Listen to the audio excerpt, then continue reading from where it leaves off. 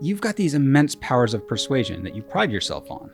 Convince clients to spend money on things that are really expensive that you know are worth it, that no one has built before. There's no prototype. You can show them the last one you did, but you're promising them it'll be different. Right. Like, that's a crazy power of persuasion that any good working architect is used to the pleasure of, saying like, no, you'll like it. It will be great. I promise.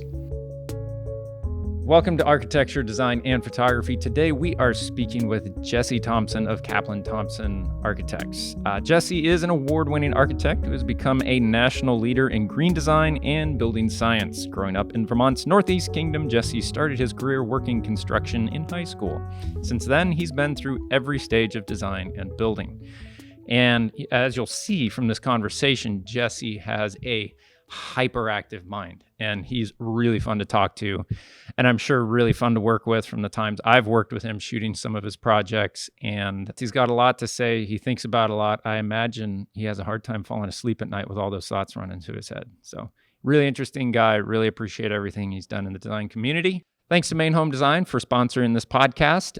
You can check out Jesse's AIA theory article in the upcoming November 2020 issue of Main Home Design. Today we have the amazing Jesse Thompson of Kaplan Thompson Architects. You can try reversing it. Phil will be happy. Kaplan Thompson Architects in Portland, Maine. I've photographed quite a few of your projects, and one of the winning ones this year that was one of the more interesting ones that won just because of the constraints of it and everything else that I thought was really interesting. But Jesse Thompson, thank you for coming down here today. Anytime I even run into you, we had lunch at Bubble Mania like years ago, and it's just kind of like bumped into you, and then it's like a nonstop conversation for like a half an hour, and then see you later. And I've always enjoyed that. So well, thanks, it's man. really cool to have you here and to just see where this strange little conversation goes. So yeah, it'll probably go for 2 hours until we shut it off. Well, once the bands start practicing, it'll be too much. Good. You don't edit, do you? No, just hit record and go. So don't say anything you don't want people to hear, Yeah. But so what is piquing your interest and keeping you activated, triggered, and everything else these days? These days, I mean, it's a weird time right now. I think it's a weird time. Just such a weird time. How do you feel like emotionally about the state of our country? I was talking to my wife last night, and it was that thing that's happened before. I was like, I think I have to stop reading the news for a little bit. Yeah. Like, I need to, because there's the things I can change that I actually can change, and there's things that I'm planning on doing, and I'm going to vote and all that. But I think I need to not read the news for as much for a little bit, because it's not. My parents I can see where it's going, and where it's going isn't great. Now, and this is weird, because I'm a generally pretty hopeful person. Yeah. So it's just like you have these dips where you're like, this is a strange moment. I mean, we're in the middle of a pandemic. Mm-hmm. We've got California and Oregon on fire.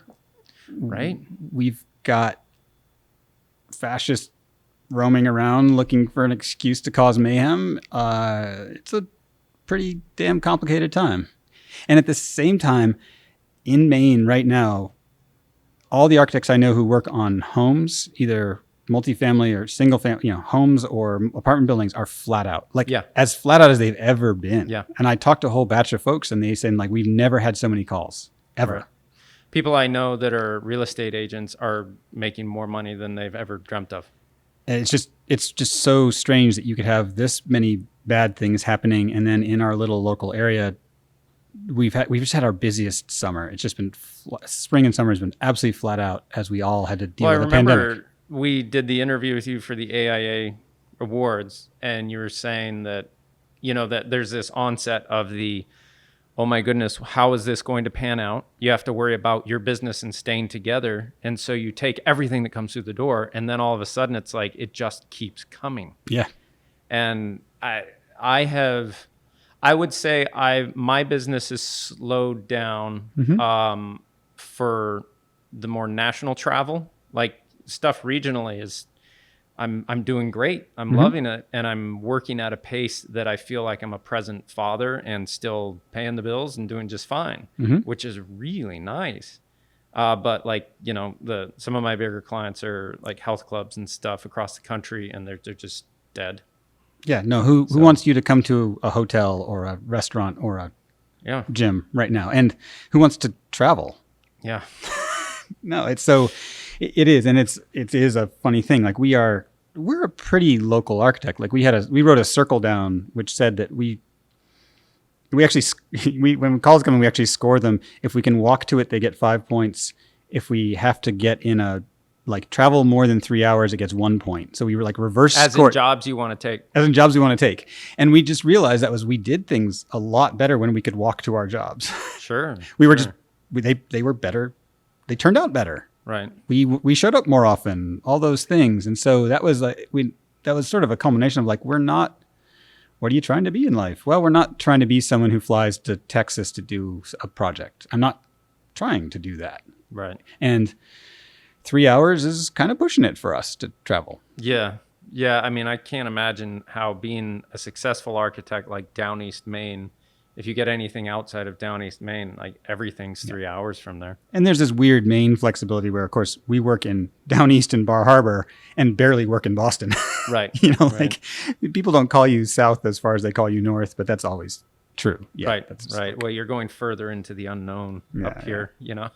But it is, but as a local-ish place, the travel shutting down didn't change that much in a sense for us, as much as maybe someone like you who had more flying to job stuff. I mean, yeah, the national work is slowed down. The jobs where they're actually paying you to go to a different, region of the country, they're obviously going to be paying you more because they're finding you based specifically on your, what you create rather than where you are. Yeah. And so you're going to get paid more that way. But oftentimes they choose you to go and do those jobs based on the things you have shot regionally.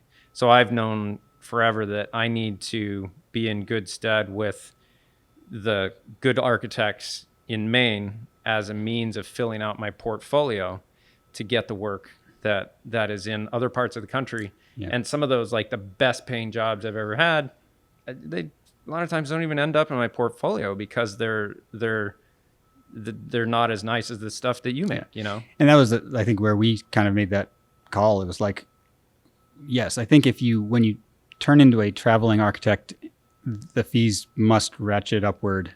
And there is a global celebrity crew who I assume gets paid incredibly well to jet set and get paid. And yeah, we did just sort of say like, that's fine.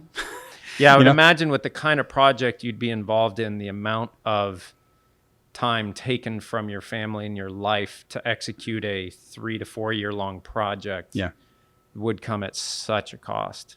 It is. And maybe it's just also about, living in Maine, et cetera. I mean, that is an interesting piece because when Maine Home and Design set this question up of like, this design theory thing, what do you want to talk about? And like the title I came up with was The Urgency of Getting It All Right, of trying to get it all right as what you do. And, and that was because we had this business tagline that was beautiful, sustainable, attainable that we came up with. And that was our sort of marker to ourselves of that's what we're trying to do. That's what an ideal project would be. It is, it's beautiful, it's sustainable, and it's attainable. And, we didn't, of course, say affordable. We said attainable. You could achieve it. And that, a lot of the houses we do are very nice houses. Not everyone can attain those. But the person who did, they absolutely, but it also was just sort of setting a marker of how to work on all of it and not just do one chunk of the profession. Right. Which I think is a really interesting, that's when I look at what we've been doing. That's a sort of interesting thing when I look around of like, that difference between really, really narrow focus. What is it like? Is it the fox and the hedgehog? I don't know. Grasshopper and there's like the doing one narrow thing really, really, really well versus trying to do a whole bunch of things well. Right. And the omnivore versus the carnivore thing. So what do you guys strive to be? Well, that I guess is where, our reputation is of doing green design or sustainable design. I think that's, if you ask a lot of folks, that's probably where they go to first. As a foundation for your company philosophy, if you will. Or, I mean, I think more just reputation, if you asked folks what that is. But I guess for me, it was always this, how do you get all aspects of the profession right? Like, and architecture is really, really hard. You know, you dove into it for a while. I gave up a long time ago. Right. But you're around a lot of architects. You watch how they focus, and it's like getting any one aspect of the profession is really hard. It's hard to run an architecture business and not, you either famously start with a lot of money or you know, Right. But you don't, it's hard to make beautiful buildings. Otherwise we'd have a lot more beautiful buildings. Like, so, Right. Just seeing something gorgeous takes huge, huge effort. Making something that's not incredibly damaging to the planet takes a lot of effort. So it's like you see people who are pulling one of those things off, and that's a pretty big achievement. You try to take it all on and you can get totally buried. Yeah. And so that's, and I actually remember when I was in school being kind of bad at it.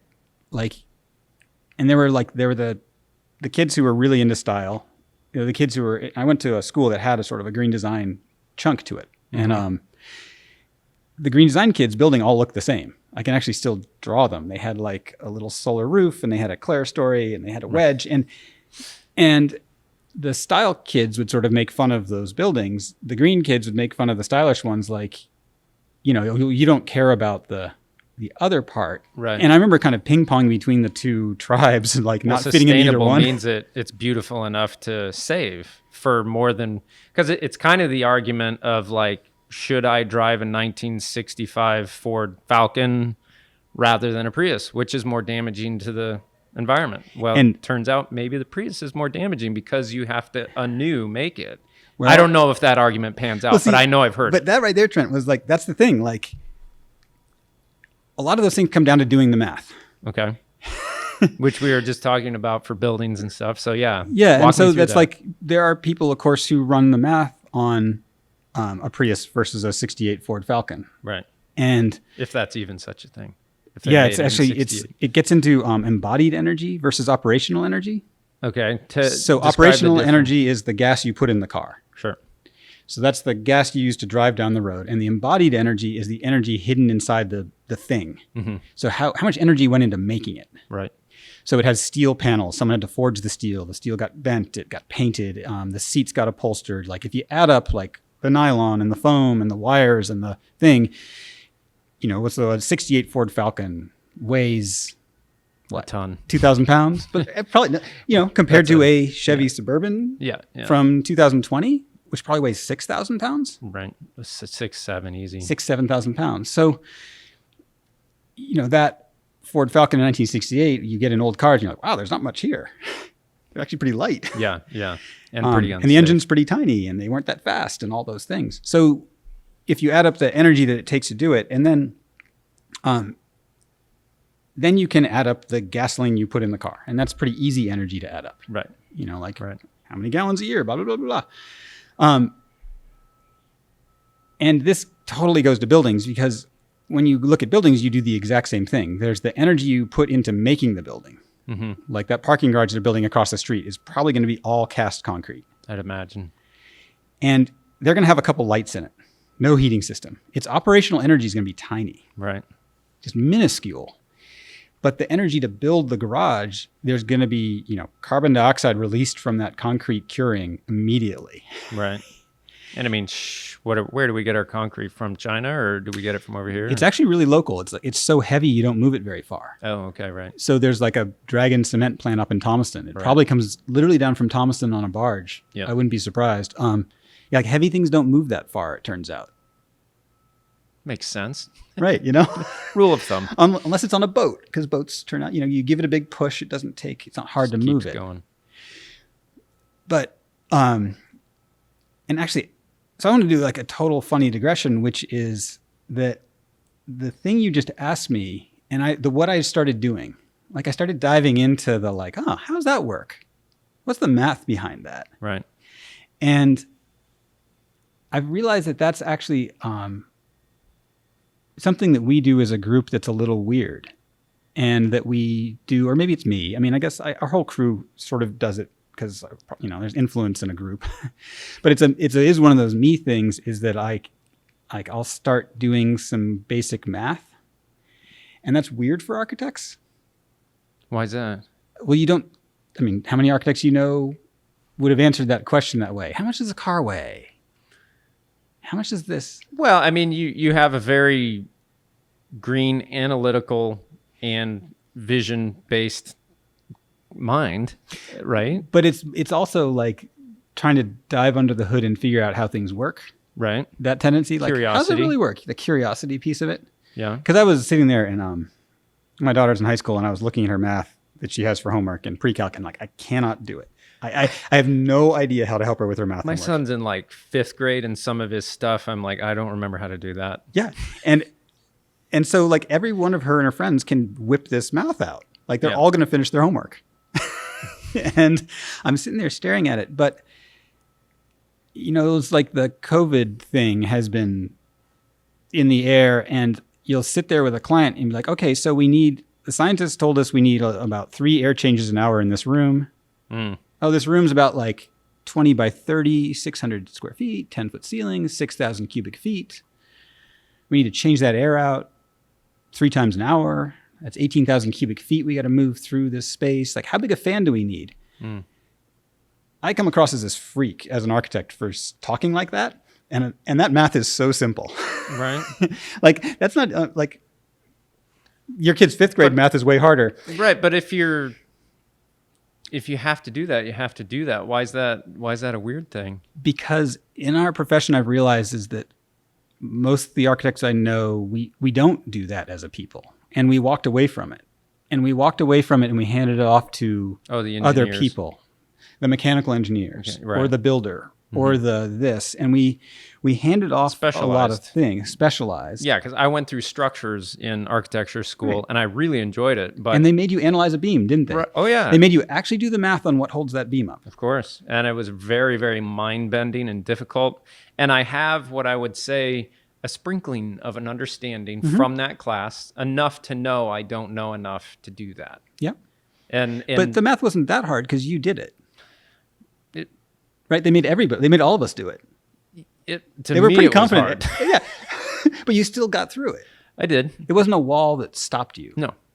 Like calculus stopped me. I'm like, I'm done with math. Oh, geez, yeah, algebra 2 and all that. Yeah, I actually went to my college algebra whatever level classes once, and then I'd have to go to it again in video form and review my notes. And I took the class twice to be able to pass it.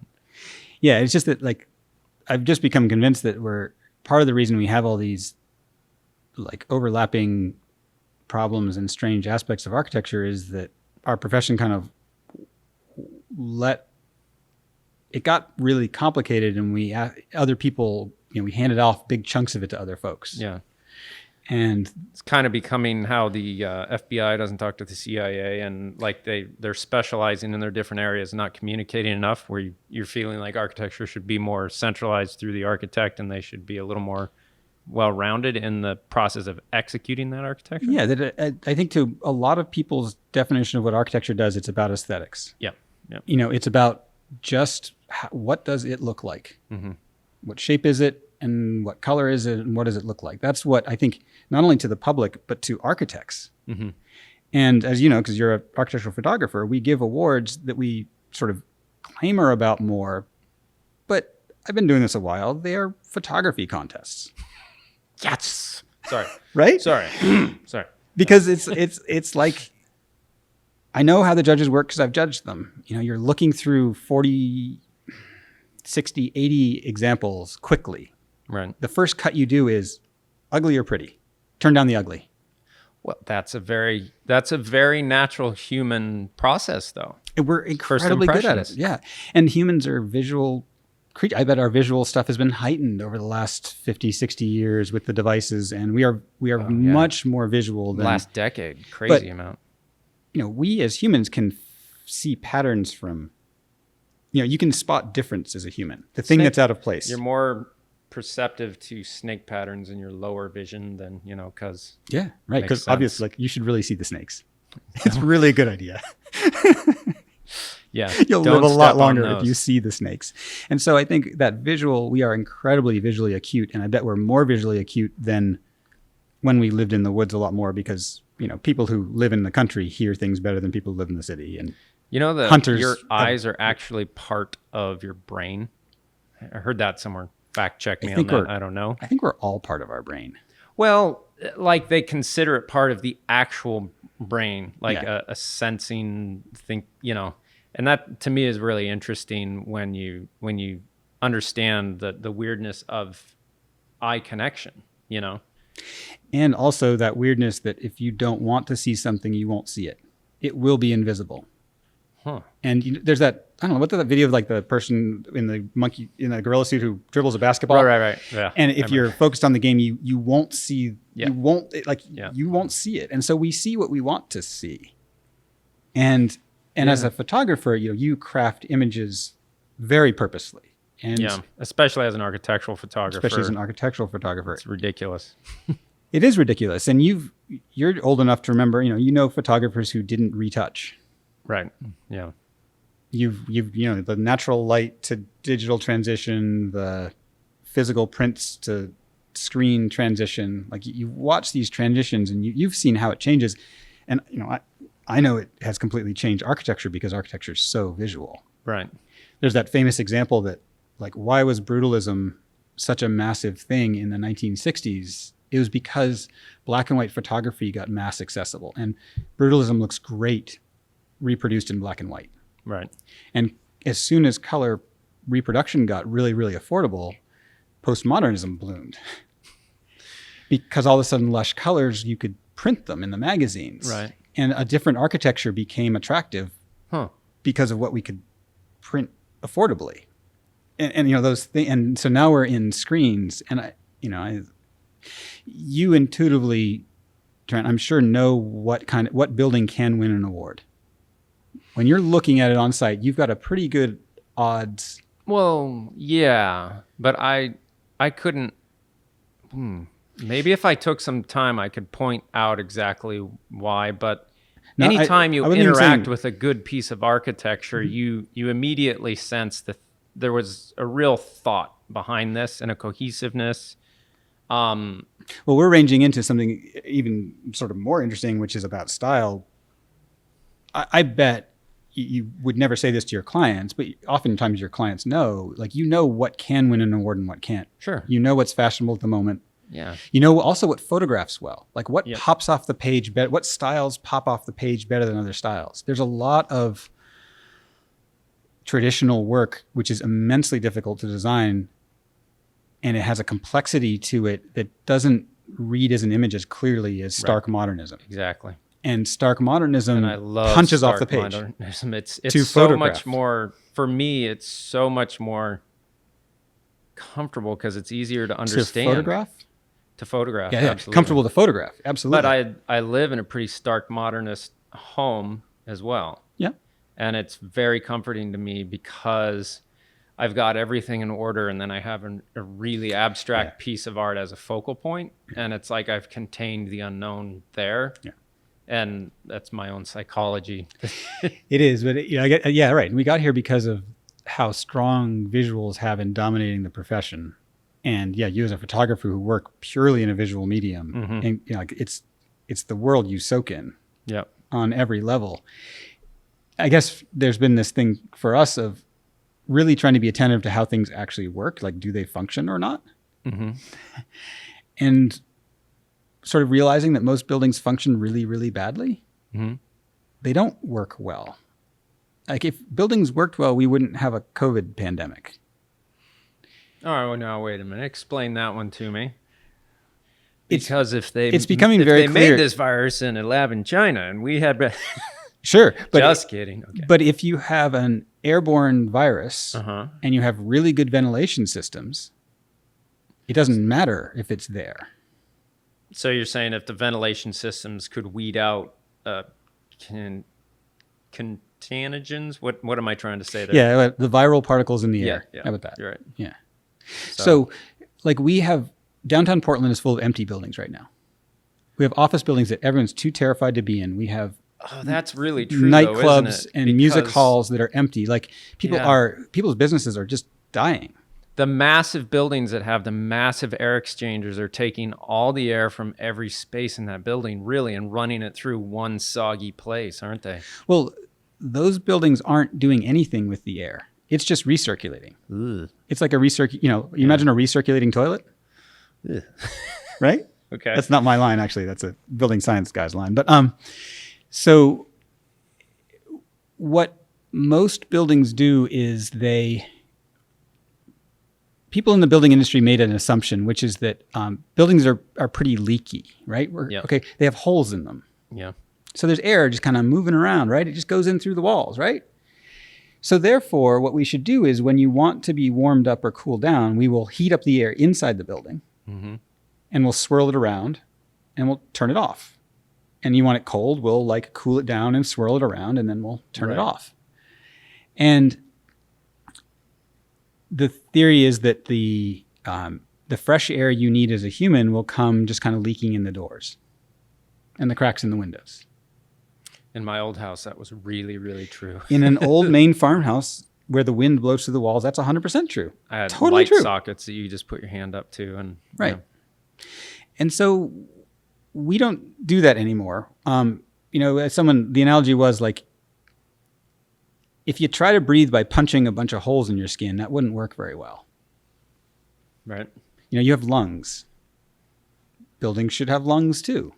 So are we making a dangerous situation where we have a really tight house, but maybe not so if we're controlling all the circulation through one thing that we can then work on like purifying that air in that single spot? Or a human without lungs doesn't go very far. A building without lungs doesn't work very well either. Okay. Because the other thing is that this idea that a leaky building would get you fresh air was always wrong also. Really? Yeah, it's like you've been in old farmhouses that smell mildewy and moldy. Right.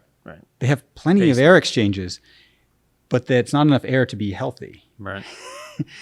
And you've also, like how many schools when you were a kid did you get super sleepy in the classroom in the afternoon? And everyone says, because you ate lunch. Well, it's not because you ate lunch. It's because you had 20 kids breathing carbon dioxide in a space and it builds up and you get super sleepy. Right. And it was really boring sometimes, but. Yeah, but if you'd had that class outside, it probably would have been better. Yeah. Right? It's just like people have actually done lab studies where if people have enough oxygen, they are much more lively and awake and they learn better and they do tests better. Everything's better. So like that's where, yes, the idea that you could have a good enough machinery in a building to counteract an airborne virus is not true. Like you can't, there's complete obvious limits to that. But it could be better. It could be better. And that's why everyone spent the summer in Maine outside. Yeah. When I'm in downtown Portland, it's always windy. And it's just like, there's no viral particle that can hang out long enough to get to anyone. Right. It's getting like whooshed out to the ocean. Right. But buildings are our giant problem right now.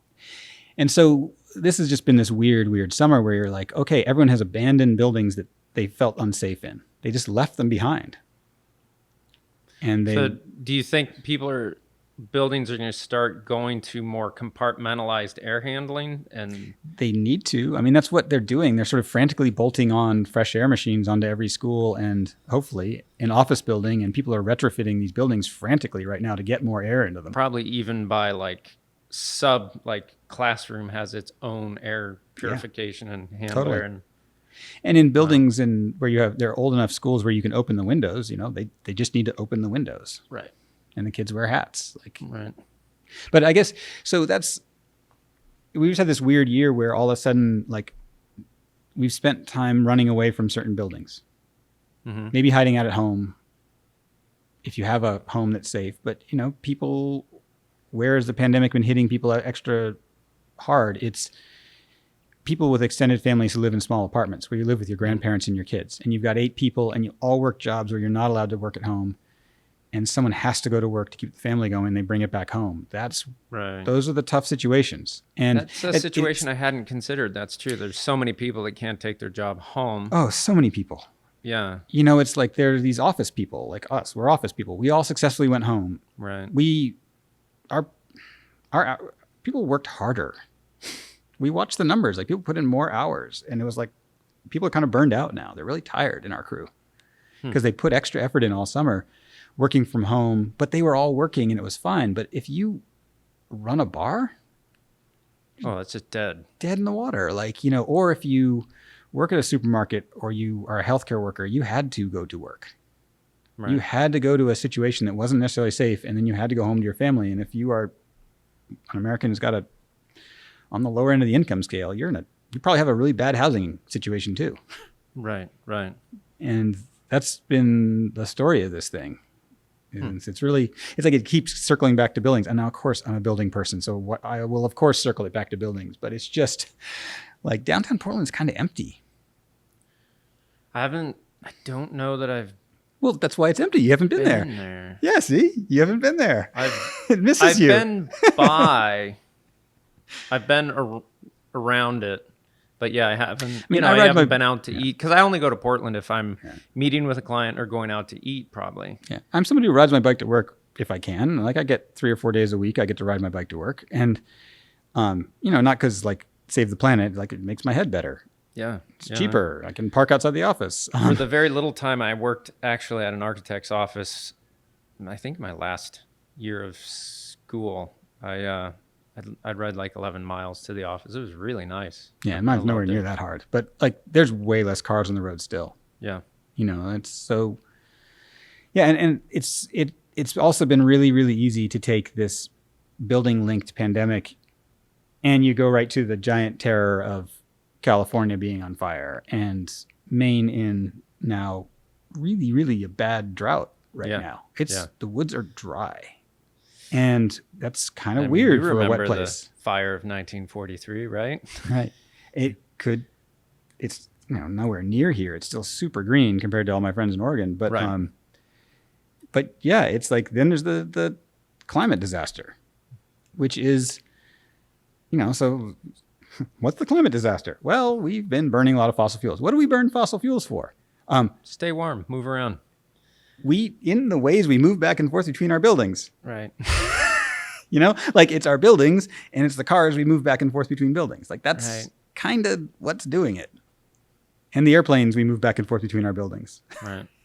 It's like, that's a tight circle. So are you finding any answers or solutions? Yeah. I mean, that's when you get a little depressed, it's often a little hard to say the solutions are actually sitting right in front of us. They're right there. Like, we know how to do this. See, I always find that I'll experience times where I wouldn't call it depression because I've seen people that are depressed, and to talk to them, I've said, well, just get up and exercise every day and eat right. And they're like, no, you're trying to on-ramp onto the highway on foot and everyone else is in cars. It's a different thing. I get that.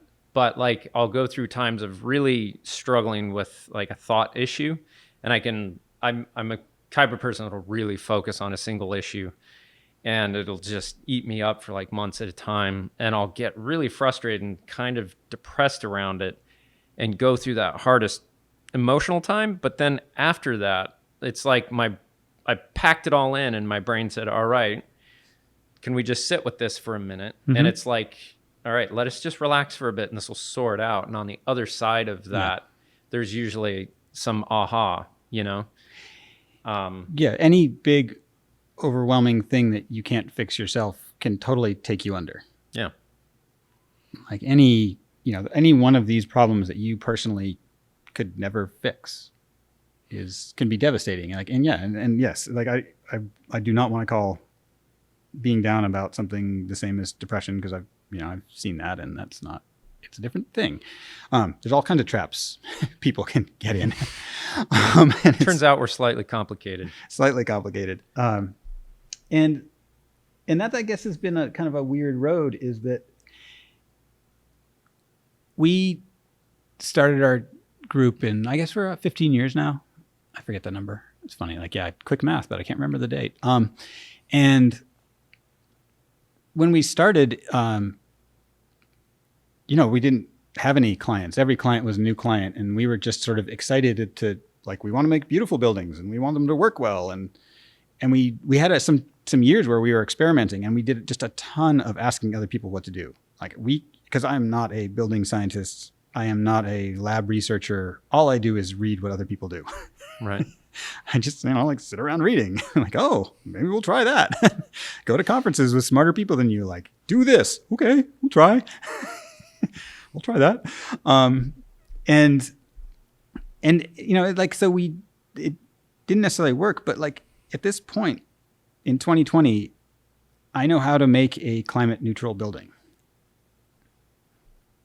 And what they're made of turns out to be the harder part. We focused really hard for the first 10 years on like the gas that goes in the tank. Mm-hmm. And how about we don't use gas? Right. Let's try to use something clean. And then like the past few years has been like, there's this other elephant in the room. The actual like things. What do you make it out of? Yeah. And, we started way back when with the Prius versus the Ford Falcon. Right. And so I have an electric car now. It's a little Kia. And what's funny about the electric car is that it puts the mileage right in front of you really clearly. And like when you drive it at 78 on the highway, it gets a lot worse gas mileage than when you drive at 65. I mean, like, this intuitively. Right. Some reason gas cars hit it from me better. I guess it doesn't matter. You can just stop and fill up and you just keep burning it, Yeah, but I'm obviously I'm somebody who watches numbers, but for me, it was just disturbing. I was like, why does it say 2.8 instead of 3.5? Like, that's a big difference. Right. And there was finally this point I was like, okay, so I've got a 3,000 pound block of metal that I'm pushing through the air at 75 miles an hour. That must be really hard. Like when I was growing up, I had a little pickup truck and it didn't really like going 58. My Nissan pickup truck, like it was really kind of unhappy at 65. Right. And now any car you buy will go at 85 down the highway. Oh yeah. Yeah. And I think that's a really like unbelievable amount of energy to push a thing through a fluid that fast. Yeah. And we underestimate it and that's why with mileage with cars and the embodied energy of cars, when I saw a sheet that said basically like, if you buy a Suburban or an electric car, the amount of energy in the extra weight of the Suburban and the amount of energy it takes to move that through means it's literally like 3 years before the energy in the electric car, because the batteries were very energy intensive. Right. So it's like 2 to 3 years between a Suburban and that. And after that, you're just like completely pulling ahead because the balance of operation versus embodied is massive. And that says that the really cute vintage car that you love, you should really only drive that a couple miles on the weekend. Yep. Do not be a daily driver. Like you are literally better to go get the brand new cheap electric car and you should pulp the old one. You should crush it for the planet. Right. Now that doesn't get into your love of the car and the aesthetics you love, but it's kind of like put it in the garage, walk out and look at it and admire it. Or convert it to an electric car. Oh, super fun. Then you're golden. Then you've done both. Yeah. Right. Yeah, then that's some really cool opportunity there. So that gets into like renovating a building versus tearing it down. The only thing is that they're not really safe. That's the other thing. That is the other thing. But man, it's so cool because you stay below 35, they're a lot safer. That's true. Just go slow. Go slow. But I mean, I've always bought older cars because I couldn't generally afford nor wanted to pay all the money for a newer car that you didn't know if it was going to stand the test of time visually. Yeah. So you could just look in the old stock of things and be like, that stood the test of time. It's really beautiful. Okay. Yeah. But yeah, they hog stuff. So then you've got like, we take the same analogy and like, okay, so cars are just operationally, and like the fuel you use is just a huge mountain compared to making them. Mm-hmm. It's just like this massive thing. Buildings, it turns out, are actually really different. Like buildings don't move around much. Right. They kind of sit there. They're really lazy. Yeah, heat them and cool them. It's like an oven that just sits there, but it's not even very hot. Like a building wants to be 72. That's not very warm. Right. And so buildings are, some buildings, the parking garage is the extreme example we started with. Like, it has no operational energy. It's all embodied. Mm-hmm. So it's super bad for the world to build a parking garage, and then afterwards it coasts. A little 2x4 wood house actually has very little embodied energy. It's made of trees. You grow trees. Trees are very easy to, they actually have carbon locked up in them. Right. So you're actually hiding carbon from the world by making a wood building. Right. And so a wood building that doesn't use energy to heat and cool itself is, actually locking up carbon. That doesn't use outside energy. You're saying, like, if you have a wood building, it has that's clean solar energy. powered, Yeah, exactly. And, again, like your great grandfather's shack up in northern Maine that he heated with wood didn't really damage the climate.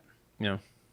So what is the lowdown on burning wood for heating your home these days? That gets, from what I mean, again, I'm not a scientist, but it gets super, super, super complicated. Really? Like, don't do it if you're in an area that the wood smoke will make your neighbors sick and give them asthma. Like out in the Northwest, they ban wood smoke because they get these inversions where the smoke kind of settles in town. Oh, right. That's not nice. That's not nice. If you live on a house out in the woods of Maine, more wood probably falls off the branches around your house than you could burn in a year with a good house. And right. It's very, very extremely low. If you start cutting down trees to try to make electricity to run a city, probably pretty bad. Yeah, no. We got a Blaze King that has this thing that when it gets to a certain heat, you push in this thing and it reburns a bunch of stuff. And probably the stuff coming out the back is pretty clean and not smoky. And like, you look out the chimney, there's not smoke coming out your chimney. Yeah, my wife's in charge of all of that. She's got the passion for that. So I'm the person that's... If you're in a rural state like Maine, burning wood to have houses that aren't too close to your neighbors is, totally a great normal thing to do. If you're in the middle of New York City, you probably shouldn't burn wood. Time to load the wood stove again. We used to. They had like coal chutes, We used to basically take coal and burn it. Yeah, make coal great again, right? Yeah, right. Yeah. So it's it's funny we're in this little thing, but it's like, I guess it's a solved problem. That technical part, we know how to make clean energy run buildings. What's your take on nuclear energy? Like, I hear people talk about it like, look, it's this ridiculously powerful thing that we have the technology to run now just fine, but people are just freaked out by it. Yeah, that's one of those things where like people love arguing over nuclear. Really? Yeah, like it's one of those things where you have nuclear fans and they love poking at the people who hate nuclear, and it turns into this whole thing. Really? All I know is that like nobody's building new nuclear plants. No. They're so expensive. Like, what I see solar fields going up everywhere. Yep. I got a friend that puts them up, and he's nonstop. Cranking them out. And nobody's building nuclear power plants. Like, even when you throw free billions of dollars of subsidy, people still don't want to build them. So no one wants to see that in their backyard. They don't want to see that And stack. I think they're just like, no one is placing a bet on nuclear right now. And This isn't like because the greenies shut them down. It's because I think they're kind of terrifying to run. Yeah. Like, if things go wrong, it goes really, really wrong. Yeah, I think we've scared ourselves away from that, from messing it up and Fukushima and all that. It seems bad. Yeah, it seems not good. Seems bad. Solar fields just that's where you like friendly. when you look around, like you watch what's going on. We're at this amazing place where the reason the solar fields are happening is it's cheaper than anything else you can make. They're like, I saw in the paper there was some auction and like the new solar fields in Maine, they're making power for 3 cents a kilowatt hour, and CMP sells it for 17. Wow. So it's the cheapest coal plants are just getting shut off. Right. So you can put up a solar field in Maine and sell that power at a profit to CMP, who then sells it at another huge profit. Yeah, and they're selling it. They're under long-term contracts to promise to sell it for 3 cents a kilowatt hour. In Maine, like we have winter. How are you going to? The sun turns off. So the embodied energy in solar power. Is that an issue? Are we like raping the planet to make these panels or anything? Well, yeah, this is going to get over my head because like I'm not a material scientist, and there's definitely really complicated heavy metals embedded in them and stuff like that. And you know, don't go grind one up and try to eat it. But on just a pure energy alone, it's like 9 months before the energy you took to make it is kicking out new energy. And wow. I mean, it's sort of, I guess, in some ways self-evident because otherwise it wouldn't work. Well, there are subsidies for it and everything else right now. They're right? kind of going away. Yeah, I know. They've kind of all gone away. My wife's making us buy something before the end of the year. Yeah. But but that's because they've gotten so much cheaper that you don't need it anymore. Yeah. I mean, it certainly seems like, geez, this energy is just falling from the sky. Why aren't we collecting it? Yeah. And that's, I guess, where when you try to drag that back to architecture, and yeah, we have to make beautiful buildings. Like you have to make buildings that people love. So yeah, let's work on that. Let's also make buildings that don't do damage. Let's try and figure that out. And the thing that I guess for me is that's a fun puzzle to try to get all that right. Like that's intriguing to try to do all those things. And it's been a really exciting thing to try to figure out. It's been really fun. And I've heard our clients say like, oh, you know, it's like you make it fun. And it's like, well, this is interesting. This is like a really to do that and have gorgeous buildings and have them be healthy for people and people can afford them. Like that's a great thing to try to do all that. Where do you see the hardest part and the most advancement in your practice right now, as far as the difficulty with making a beautiful building compared to healthy building compared to sustainable building? I think that the biggest advancement is that I see more people believe it's possible. And so it's not a technical problem. And it hasn't been for my working career, really. Like the science was solved. Now, what is the investment hurdle lower now, though?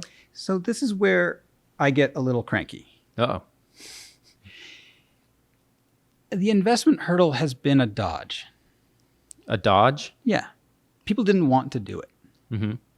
It really wasn't that it was economical or not. And so part of our practice is doing really nice houses. Mm-hmm. And when you start doing nice houses, you watch people buy things they love. Right. And put them in. And they buy them because they love them. Was that infinity pool economical? Did it make you super happy when you came home? Absolutely.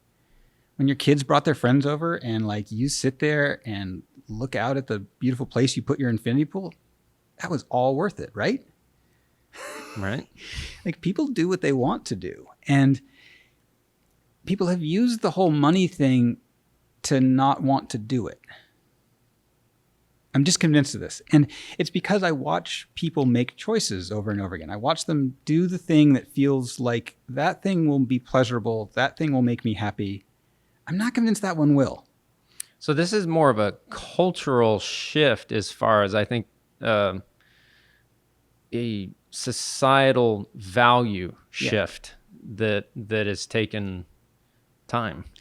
Yeah. And because like, people of our age remember, and especially if you went to architecture school, and so we're like 90s, right? I was in architecture school mid to late 90s, very late 90s and early so 2000s. I'm a little older than that. I early 90s, goofed off. Like I talked about in the beginning, but that in the era when I went to school, green buildings were not sexy. Right. I did a straw bale building that. And you had professors who were pretty upset with you for doing that. No, it was encouraged. Yeah? Where were you going to It school? was like same place as Russ Tyson and Caleb Johnson. Yeah. Andrews University. Shout out to all the Adventists in the room. It had a decidedly sustainability bent to it. Yeah. There was a responsibility to the earth from a Christian perspective, but not from it's all going to burn, so let's just profit. No, as in like stewardship. Yes, stewardship of like this is the gift. take care of it. Yeah, like your duty he's is coming to take back and he's going to be mad if you beat this thing up. Let's not do your that. duty is to take care of this. Yeah, that's the awesome ethic. Yeah. This is the good side of religion, apparently. When it comes out like that. Oh, I've got a total soft spot for Seventh Day. Like they're just all so super nice people. Well, keep going. I'm sure there's a couple bad apples. Oh no, I got taken powerboating out in Walla Walla, Washington by some Seventh Day. Oh, and that's a hotbed out there. Oh yeah, and they showed me their vegetarian store, and I was like, you guys are the sweetest people I've ever met. And you took us powerboating. Like, this is awesome. Love you all. They're good people. They were totally like good people. Yeah, that's what they wanted to be. So we're not going to go down that road, but yeah, we had a full thing, and it definitely was like, all right, learn about the technology, learn what's possible, the different ways you can do this, and let's make it look nice. So I get frustrated when I'm around my fellow architects and they say things like, I don't do that. I don't do that green thing. Mm-hmm. I'm like, well, first of all, it's a fun puzzle and a fun challenge. It's actually really, really interesting. Second of all, you've got these immense powers of persuasion that you pride yourself on. That's true. You know, that you convince clients to spend money on things that are really expensive that you know are worth it. You know that there's a kind of space that's possible that you've seen and you can picture it, and you know they'll love it. You know they'll be happy. Right. But you have to convince them, because that's the strangest thing. You have to convince someone to spend a huge amount of their money on something that doesn't exist yet, that no one has built before. There's no prototype. You can show them the last one you did, but you're promising them it'll be different. Right. That's a crazy power of persuasion that any good working architect is used to the pleasure of, saying no, you'll like it. It will be great. I promise. And architects you have are representation, influencers. Right? But you have your representation tools. You have your ways of showing them. You have certain kinds of drawings you do. You have certain kind of imagery you deploy. You have certain ways you walk people through this immensely complicated puzzle that ease them into it, so they can get a grip on something they've never done before. And so there's this huge powers of persuasion that any working architect has had to develop to build anything, because you can't use your own money. And then there's this huge avenue where most of the profession kind of turned and walked away and was like, we're not going to try to persuade people to do that. That might get us in trouble. I'm not even going to try to persuade people that that's a good idea. That might backfire on me. I'm not convinced of the logic. I haven't run the math. Whatever that thing is. Well, I've had this conversation with people that have gone to the same school as me, and it was very much a I'm just not into that. That's not my and that's totally. Now, their choice. There's an ethical side which says you're just not into not fucking up the gorgeous world. Yeah. And of course, if you say that, people get really, really angry with you. That's not great in a client meeting. I don't even say it to my friends. We've always, our whole business has been about the powers of persuasion, about making this beautiful and interesting and fun and sexy and lustful. And I was really heavily influenced by a science fiction writer named Bruce Sterling, and he's still writing, but he started something called the Viridian movement. Viridian. That sounds familiar. Yeah, well, it's now a word that you see in marketing for bad condos. But it's like a very deep green or something. A viridian. It's a color. I don't know. See, here I'm screwing up his theory already. But he was basically saying,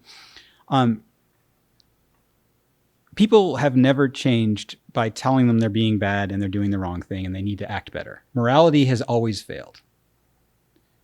Okay. So you're doing it wrong. Here's the way to do it right. Please change. So the way to convince people to change is to present to them, here's the way to do it right. Please do it. Look how amazingly beautiful and better this is. You have to make it sexy, lustful. You have to implore people rather than shame them. You have to make people want it. Here's a thing. Here is this beautiful thing, this possible beautiful future. And if you want it enough, it will happen. But let's go want it.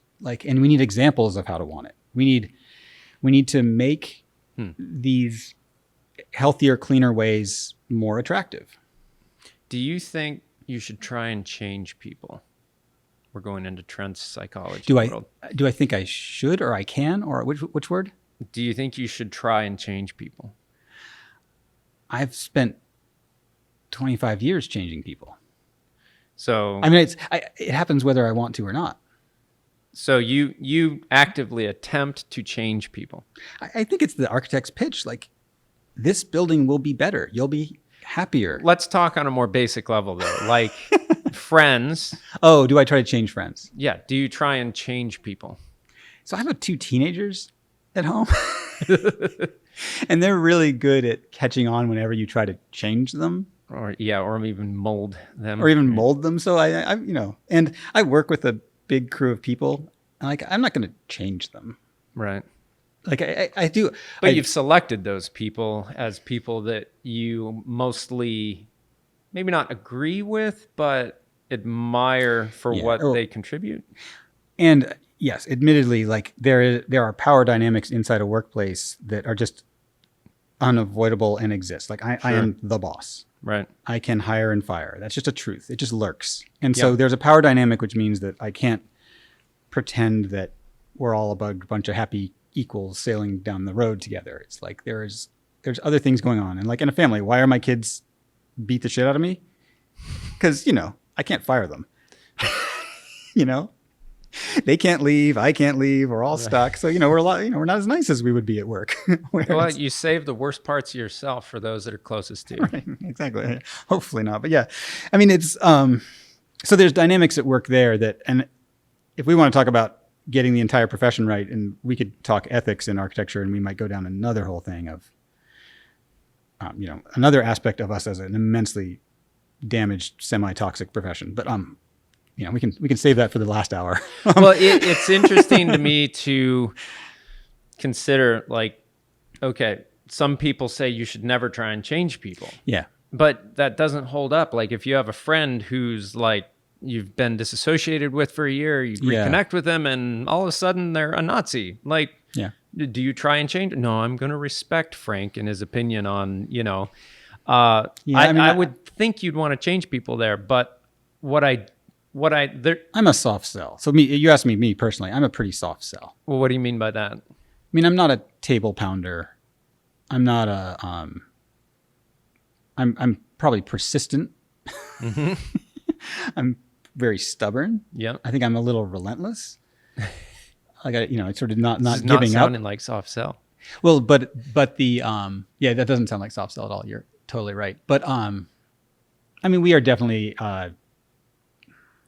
flies to honey, horse to water. You can bring a horse to water, but you can't make them drink. Right. I believe that. Right. I mean, I'm only going to ever convince someone if I can give them some proof. Right.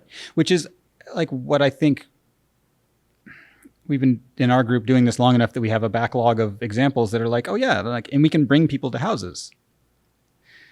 And you can bring them and say like, no, really, it's nicer. Like, and I have things that I say to clients that I've just learned are much more effective than, and we don't do math with people. I don't do money math with people.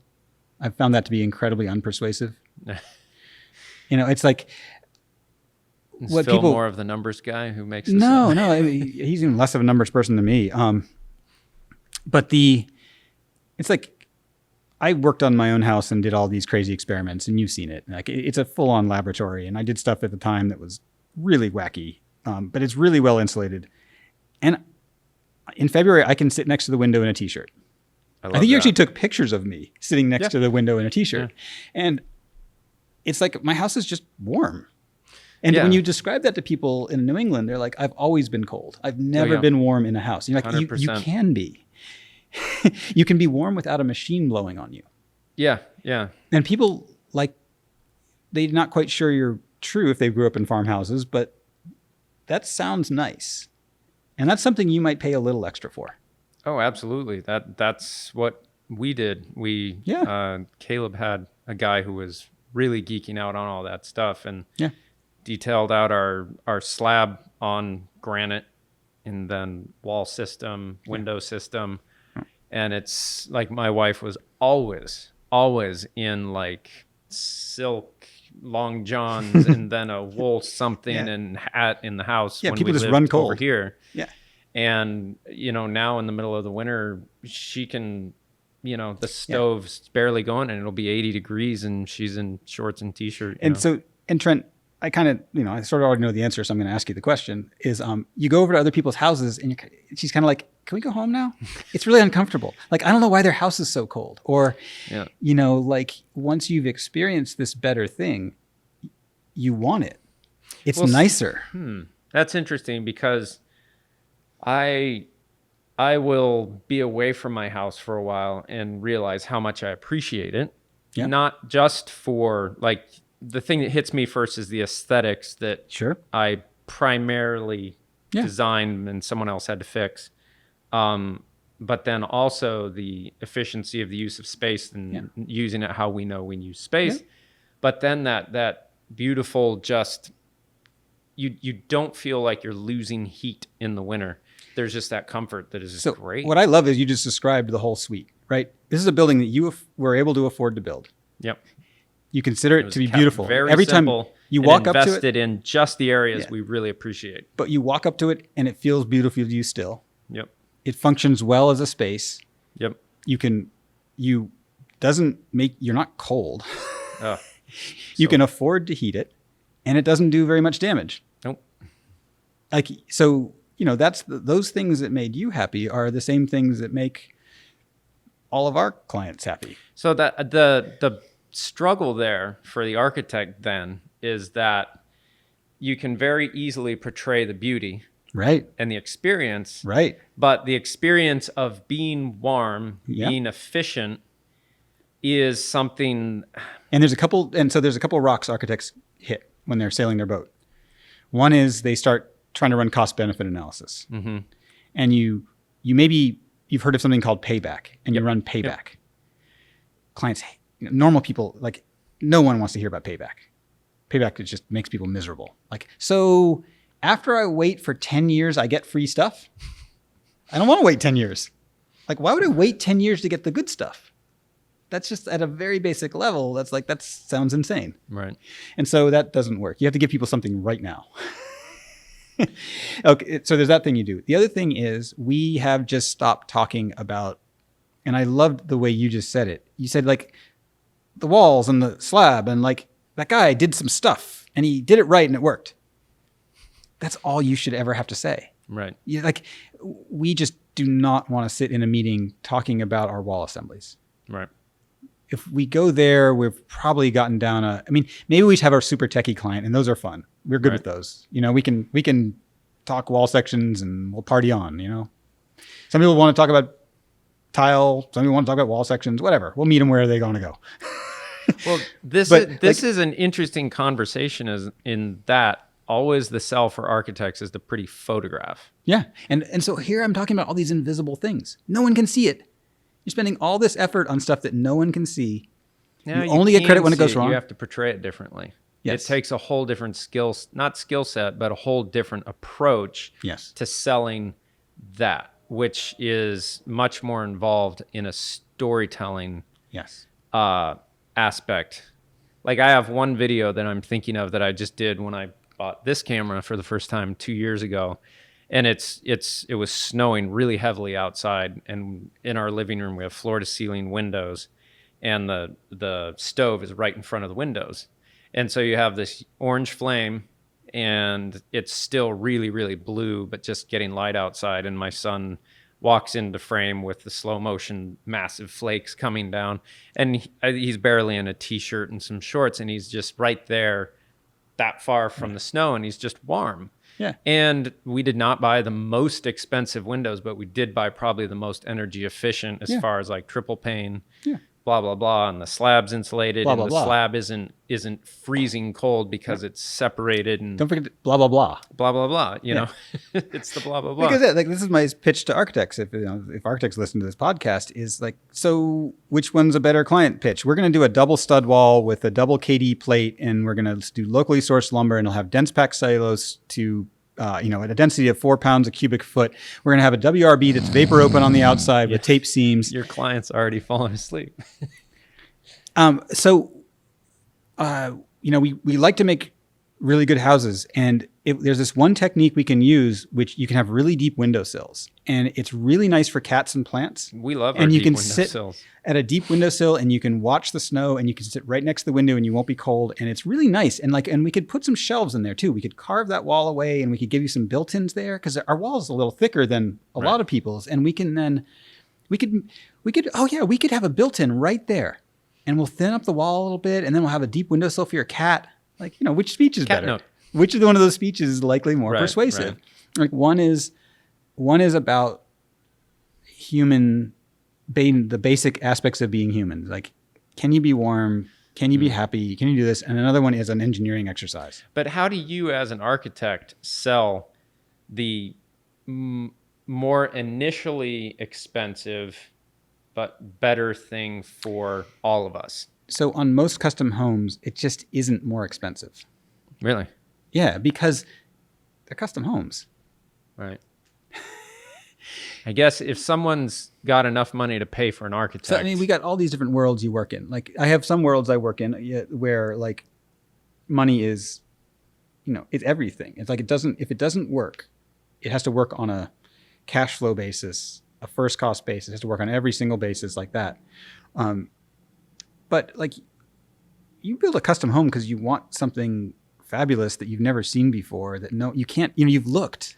You've tried to find that home and you couldn't find it. I mean, a residential architecture is one of the last very unique things to be made in this world, and it will go out eventually, I think. I don't know. It's got to get to a point where this 3D printing and everything else is like order up your home. And a truck shows up and... Yeah, but the truck will show up and build the boring stuff. Right, but... They'll build the guts, but it won't do the thing that brings certain people incredible joy. And that thing, like, humans pursue joy and happiness. Mm-hmm. Like, we make music. Right. Like, why do you make music? That's not functional. Why does anybody make art? It's not because it's a great business. Can be if you get it right. It can be, but why is my daughter drawing self-portraits? Right. She's not a money-making artist. It's like there are these things we do as humans, like we sing, like dancing. So the creativity involved and the expertise needed in understanding how humans live and all the things that go into their placemaking will not go away. Will not go away. We're not human anymore if we're not singing and dancing and cooking and enjoying beauty. Like, it's just deeply embedded at every level of us.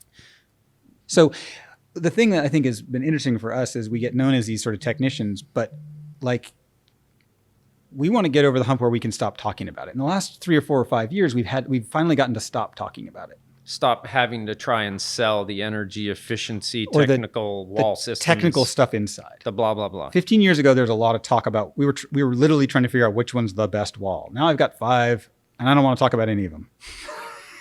I have 5 ways of building you a super warm, pleasant house that doesn't cost you any money. And I have one for apartment buildings. We're doing these really, really amazing affordable housing buildings that are passive house level affordable housing at the same cost as any other affordable housing done in the state. And they're incredible buildings. I mean, these are amazing buildings. And I mean, they're amazing for different ways. They're amazing because the people who walk in the door might not have a house. Right. The flooring is vinyl. Sure. It's not as nice as the flooring I'm doing in custom homes, but it is completely, head spinning when you open a building and the 10 people were homeless. Like, that's just... Side note, we shot a project in Richmond, Virginia, where they built the exact same home, one high energy efficiency and one standard for that area, maybe 2x4 construction. Right. Exact same, except for the magic technical tricks. Yeah, and then they're doing a study on it. And this was like 5 years ago. If you look it up, it was a university project there. It might be of interest. Yeah. Yeah, no, and so that experimentation phase of like trying to figure out, like, does this make money? Is this cost effective? We feel like we're over that hump. And that's, we're just, you can just do it. Like, and it's not that hard. It's been figured out. So it's like, well, let's get back to architecture, which is, you're still going to have to do the math, but the beauty and making the spaces work and all those pieces, we're not hung up as a research lab kind of thing. Right. Yeah. So these wall systems, heating systems, cooling systems have been figured out. It's a pick from a bin thing at this point. And there's definitely a main thing. Like, we wouldn't have had a shot at getting to this point if we weren't surrounded by other people in Maine, in New England, who we learned from, who taught us, who we inspired, who all have been like cross-pollinating. Like, there's a very special, strong New England sustainability movement that is really great. And when I talk to my friends in other parts of the country, they say things like, we don't have a club like that. Like, right. And I do remember, 10 years ago, sort of there'd be some new green movement and everyone would get all caught up and they'd all start like hating each other because you were in the wrong faction of the green building faction. And in New England, like, you can go and it's just almost invariable. We're on a job site and there'll be some young person there and they'll say like, yeah, my uncle built one of these. Yeah, it's like over in Fairfield or Livermore Falls. Yeah, I know. It was this weird house growing up. And like, 70s or 80s, someone built them. That's 40 years ago now. Right. So people in New England have been tinkering with stuff like this and we've learned from each other. And there's a knowledge that's inside the construction trades that's lurking that's been a huge advantage for us. So, I mean, just from shooting things like in Las Vegas compared to here or even like staying in a house in California, you look at the craftsmanship and it's just not a comparison. Not at all. It isn't. And you get like people who, maybe they're a boat builder. Maybe they're a home builder. Like, right. It's like they're interchangeable almost here. So that's a lucky thing we've got. But and even on the commercial work, you still get, there's a lot of people who just really, they love construction. They're part of it. They're into it. We just don't have a ton of friction. I hear stories from other places and it's a lot more rough and tumble than it is here, which is kind of a nice benefit. How are we doing for time here? What's that? How are we doing for time here? Oh, as long as you need. If you got to go, how long can people listen to this? Oh, it's odd. People that listen to everyone have told me like that one was too short. Why did you cut it off? Oh, all right. But I think it's just something with podcasts that people aren't listening to podcasts as a like, well, I've got 10 minutes. They're like, oh, I got to drive to Bar Harbor today. Yep. So I'll put this on and it'll be interesting. I'm working on something that's repetitive and totally, or they're drawing technical drawings My wife listens to podcasts as she goes for a walk every day and like it's an hour. Oh yeah. No, that's a nice way to do it. Yeah. So since I have you as an active mind that's curious in front of me, there are a couple other avenues of thought that I wanted to run by you. And one of them today, I had to pull off on the side of the road and actually write it down on my phone. That was a weird epiphany to me. That it's like, what is comfort? Why do we have it? What's it tell us? And what's our responsibility in selling it and not being deceived by it? Have you ever thought around that? Yeah, that's interesting because I was just talking about how comfort is a thing that gets people to move towards better. People search for comfort. I mean, in other words, people have a deep search to be comfortable. Right, but comfort you're asking can be something different. Massively deceptive. Yes. Because that, the hamburger and fries is deeply comforting. Yeah. But that's the other, like we had that example, like, an F-150 gets 17 miles to the gallon, is 6,000 pounds of metal and plastic. Yep. They're really nice now. I mean, you've got like a heated and cooled seat. You've got a cooler in between you. You got TVs all over the place. Right. Like they're nicer than your house, right? Like people's cars. When you look at an interior of a car, it's like, whoa. Modern cars are way, way nicer than almost everybody's houses, maybe except for the stuff that you take pictures of. Right. Like that they have a better sound system, designed and thought out. Than general. They have a better heating and cooling system. They're probably more stylish. And so here are these amazing, comfortable objects. And like, in an F-150, you're 6 feet off the ground. Like you can see everything. You're in the command position, they sell it. The problem is you can't see a kid walking on the sidewalk under your grill. So you have a chance of killing somebody in your machine, which that sure would suck. Mm-hmm. And it can drive 85 with a flick of your ankle. You know, it gives you as a human this more power than you've probably got anywhere else in your life. That's a good point. And it's, you know, blowing a hole in the atmosphere.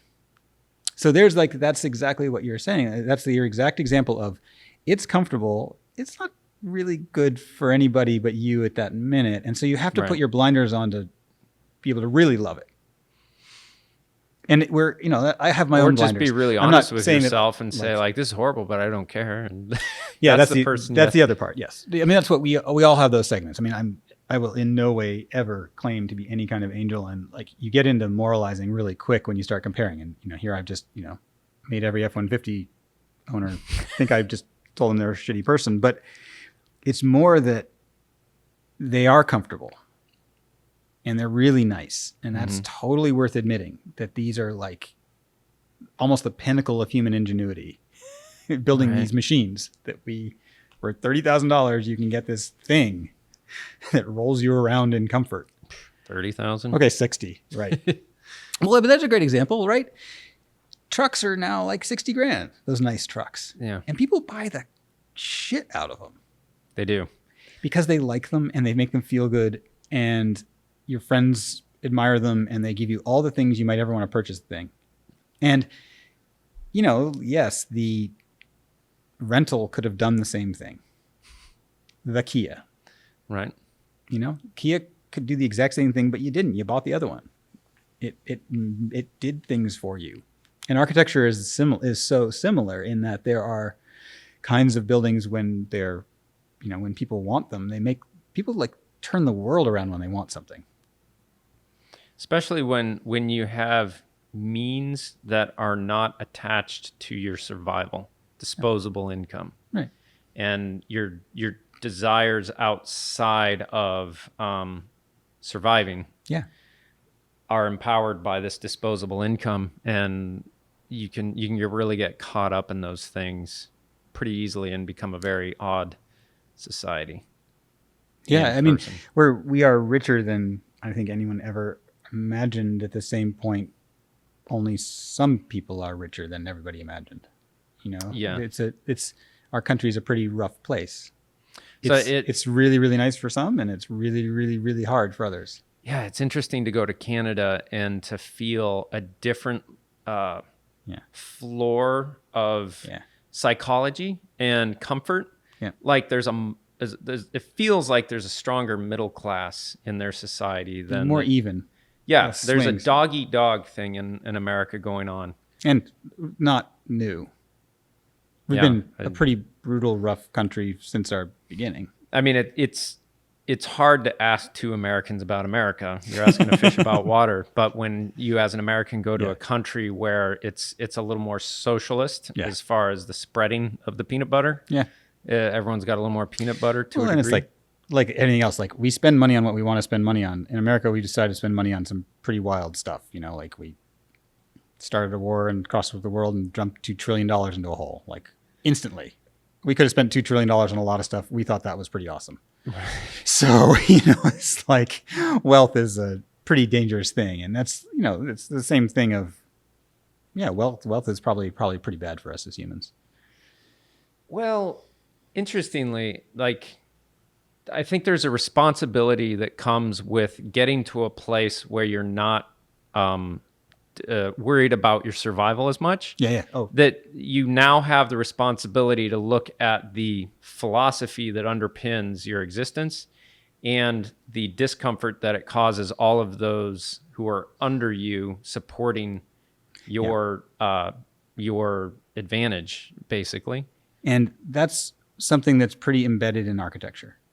And architecture is, we were talking about how cars are an amazing creation. So buildings are, you know, one of the most amazing creations we do as humans. They're some of the most expensive things we build.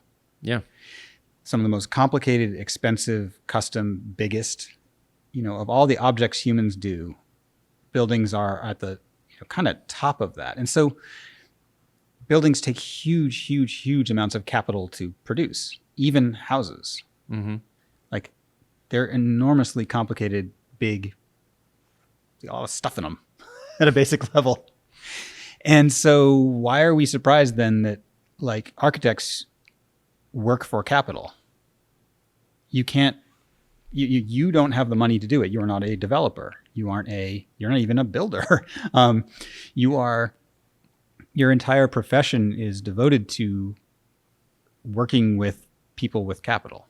Right. And to try to make it slightly better.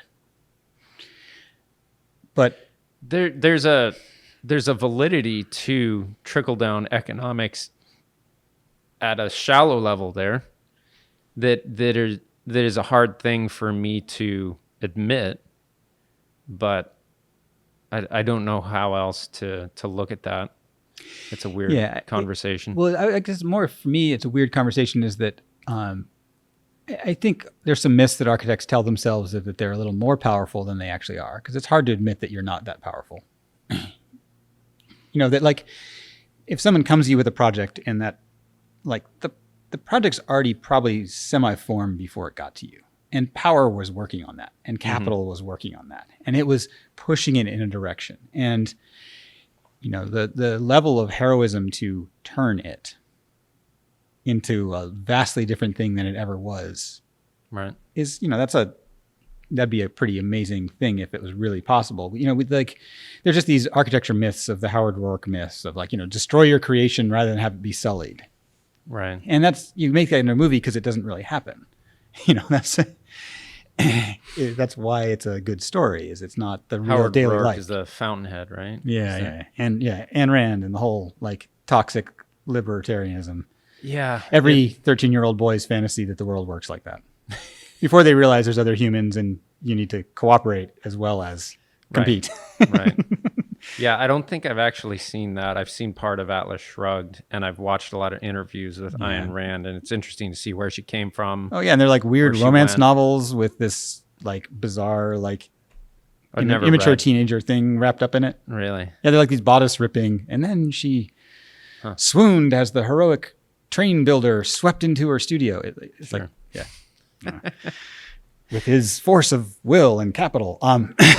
So an interesting watch. There's somewhere on YouTube. There's a documentary, an old documentary on the Chinese Cultural Revolution, and then after that, watch The Social Dilemma on Netflix. Okay. Have you seen that one? No, I haven't seen either of those. Really good watch. Both of them are very interesting. And how do they get to architecture? Huh? How do they? What's the reference to architecture that you were getting at? No reference to architecture. Right. Doesn't matter. Okay. But the Howard Roark, the Ayn Rand, and philosophy, they all and our current social movement, social justice, capitalism, these all tie in together. And it's a really interesting view on it all to look at the Chinese Cultural Revolution, the Social Dilemma, which is about social media. It's a very, very creepy thing to see how we've monetized our own attention span. Yeah, right. And then there's also one called Capital that just came out on Netflix that talks about there's a binge where the wealth is going. It's a really interesting 3-part thing to kind of take in and see the history of humans and how we're trying to figure out ideologies to operate by. Yeah, and that's I think about this stuff all the time. It's part of that mechanics. Like, how does that thing work? Well, how does that wall work? Oh, how does the power work? How does power work in architecture, and how does it express itself? And it's how could a profession that is devoted to essentially spending capital on buildings, it's going to be complacent at some deep level. It's not going to be that revolutionary because it's at its core, you have to keep capital happy to get the thing you wanted built. Even if in the classic selfish architect fantasy that doesn't really exist very much of they had a vision they were trying to bring to the world, you still had to convince someone else to do it. Right. That something else is the powerful force. And so architecture has these myths that it wraps itself up in that are, kind of damaging and I still see, the architect comes into the ear of people who have influence quite often. Yes, but it's the courtier level. It's not as equals. unless they are wealthy to their start. Unless they're what? So an architect who is already wealthy can meet a wealthy person at their equal. Oh, right. In other words, like, oh yeah, Jim, I see him at Aspen every winter. Right. We're going to do a building for him. But so you think people with capital respect people and gauge their influence based on the other side of the table's capital? No, I was more saying that, like, architects, it's hard to admit that you are, you're in a weak spot. What do you mean by that? Well, why are buildings ugly? Oh, it's the architect's fault. Sometimes, though, the clients are like, or the contractor just jacks it up. Oh, well, or what if it was an impossible trap? Like, why is that parking garage so ugly? Well, the parking garage had a function and you were asked to decorate the outside 2 inches. Right. That's like, I'm just giving an extreme example of an architectural puzzle that, like, you're probably going to be defeated if you try to do that. Maybe with the immense powers of persuasion, you get them to build there's the Herzog and de Meuron parking garage in Miami, which I haven't seen, but the photographs are extraordinary, where they did convince a patron to do an object of art disguised as a parking garage. I don't quite know that. Those are the examples that are the outliers. They're the outliers that you can get caught up in when the working world, what I do every day is I help people with the projects that they want to do. Like, that's what we're there for. Right. We're there to get them the thing that they're trying to pull off. And it's really expensive what they're trying to pull off. It's really hard. It's scary. It's risky for them. And we are helping them. It's not, but I just would never claim, like, this is my project. Right. But it is to some degree, because you're having to take every experience in your life that informs your creativity to service that person's needs. Yeah, I guess we as a group, we obviously have visual characteristics and certain things that people can recognize as part of our thing as opposed to someone else's thing. But I've always been fascinated by how our ideas come into sort of interact with and come into collision with our clients' ideas. It's really fascinating to watch how we get changed by what they say and what they think and what they love. And as there are certain characteristics, I think, of our buildings, but it's not like you would always guess that it was our building, like a Richard Meyer. We don't have such a aesthetic thread. I can always spot your buildings. Okay, all right. I mean, I could always spot. I shouldn't call out other clients as being similar, but I can always spot your buildings, no problem. Yeah. Okay. I mean, but that, cool. I mean, I'm very awesome. You're in the game. You're deep in the mix. Yeah. Well, I mean, then that is true. Then I have to. That's, if you say it, then yes, that's true. We do have a strong characteristic then in things, and I'm, you're often so ignorant of what you actually do, like from inside your own head or inside your own group. Right. Being able to see it is so hard. Yeah. To sometimes I think, like, man, I've done it so much. In your own head, it seems very easy, but if you were to actually describe everything you were doing, you start to realize, like, oh, there's a lot going on here. There is. And what's been really interesting over the last few years is, we're a decent sized group now. There's 14 of us. Mm-hmm. And a lot of people have joined us fresh out of school. And they're these, like, really awesome, super smart, hardworking people. But they just don't have a lot of experience yet. And that's fine. Like, and there's, like, what someone said is, like, your job is to give them experience. Like, don't hire them for their attitude. Of course they don't, like, it's the only thing you can give them is experience, is some famous line. Like, You can't give them anything. You can't give them attitude or that. All you can hand them is experience. So, the last years have been really explicitly, a lot of my working day is essentially, like, in some ways, there's a lot of time I'm kind of being a teacher. Sure. And like you just said, and like, oh, wow. So we have to explain how we do things. And when you're working with somebody who's kind of new at it, you're like, oh, wow, I guess I didn't know that once. Oh yeah. Like I didn't know. Why would I know how to do that? Like, why would I know how big that thing is? That thing that I just have stored in my library of experience. Like, how would I know that's 32 inches instead of 36? Right. Someone had to tell me that once because I was completely ignorant. Right. And you've ran into it so many times. It's just been hammered in your mind. You're just like, yeah, that's that, and that's this. And you don't know that. And that's the sort of fun thing of working with a group and a team that's really interesting is that you do get pulled out of yourself. You do have to become a teacher. You never thought you were a teacher. You know, you thought you were a designer and, oh, wow, I'm a teacher. Okay, that's funny.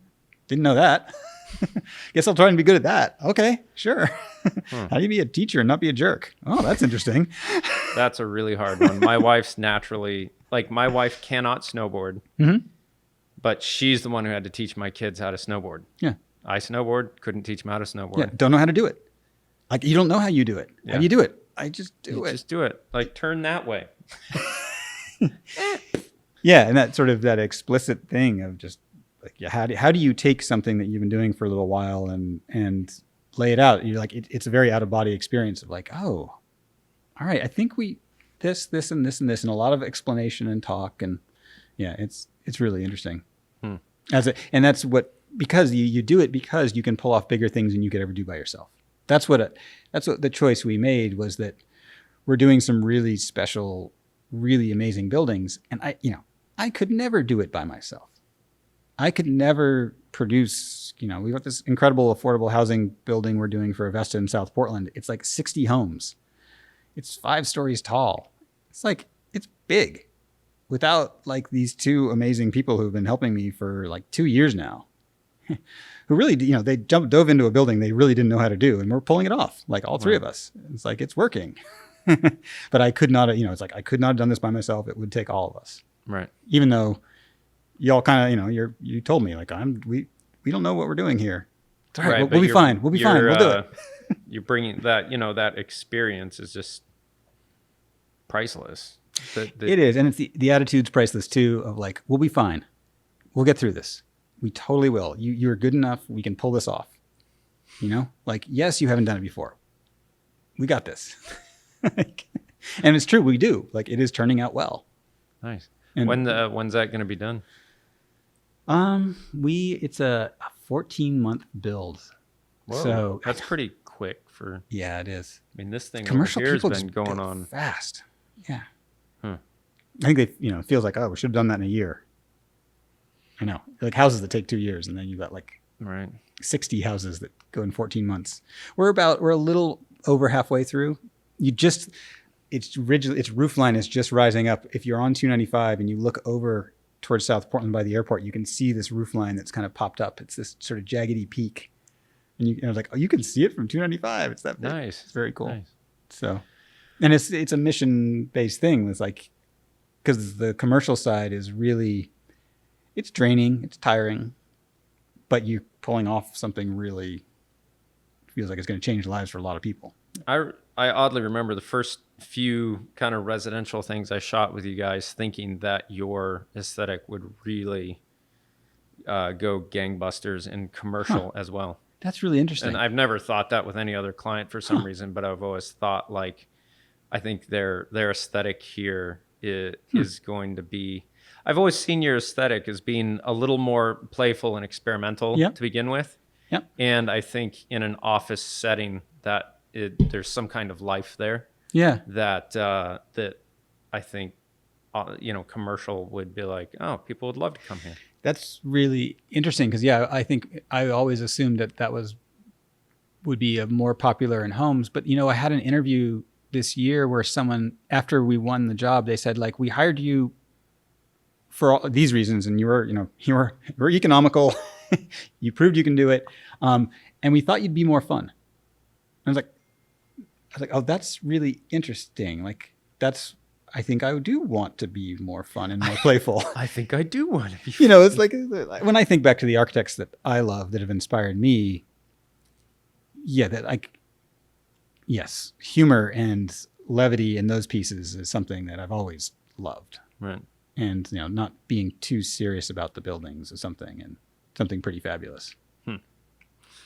What's your, to end out on a positive note, because it's 2020 and we should do that. Yeah. What's your hope for 2021? My hope for 2021. It's funny because we're in the middle of the pandemic, and we're going to look back on the pandemic, and we'll have solved it partly through science and vaccines and partly by taking care of each other. And it's been really, I've sort of been gratified that New England has gotten through this well. Like we are a good place to be in this messy thing that swept over the world.